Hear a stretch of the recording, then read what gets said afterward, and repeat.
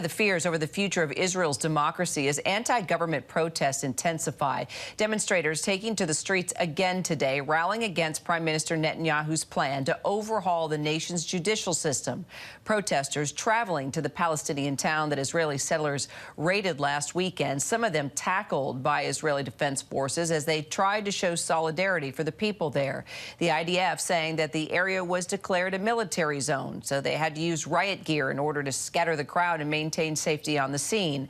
Meantime, Palestinian officials say a 15-year-old boy was killed by Israeli forces in the West Bank and that people were seen right here praying at the little Palestinian's funeral.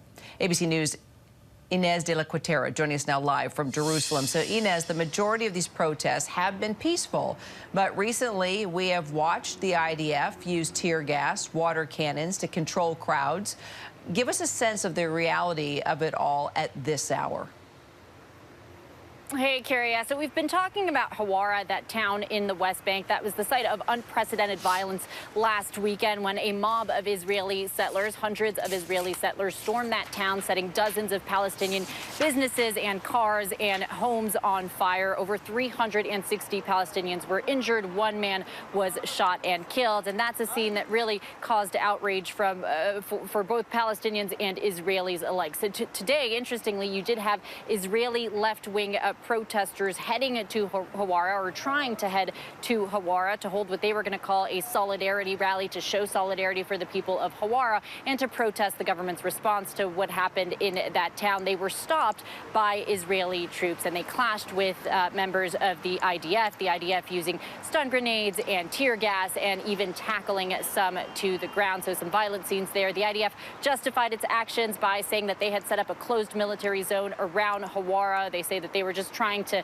keep the peace there, but critics are saying that it's no coincidence that they decided to set up this closed military zone on the day that these activists were heading there, that they've had all week to do so. And like you say, we've seen similar scenes playing out this week when we saw Israeli police officers in Tel Aviv clashing with Israeli protesters.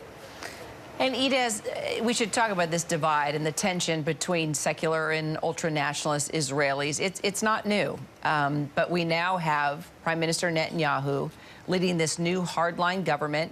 People are not happy.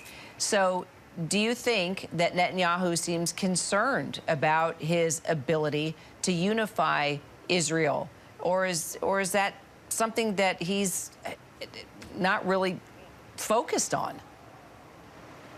Yes, I mean, he is in a tricky position here. We should point out this is the most conservative government that Israel has ever seen, and this is the first time that the ruling coalition is dominated by far-right members of parliament, members of the Knesset. So it's ultra-nationalist, ultra-Orthodox, ultra-religious people that are in power, and the fear is that that could unleash a kind of fundamentalism that would really affect impact every aspect of Israeli society. And so that's why you're seeing so many people taking to the streets, so many protesting these new proposed laws by this new government. It's people of all ages, people from all walks of life, because they're concerned about the future of Israel and the future of democracy in their country.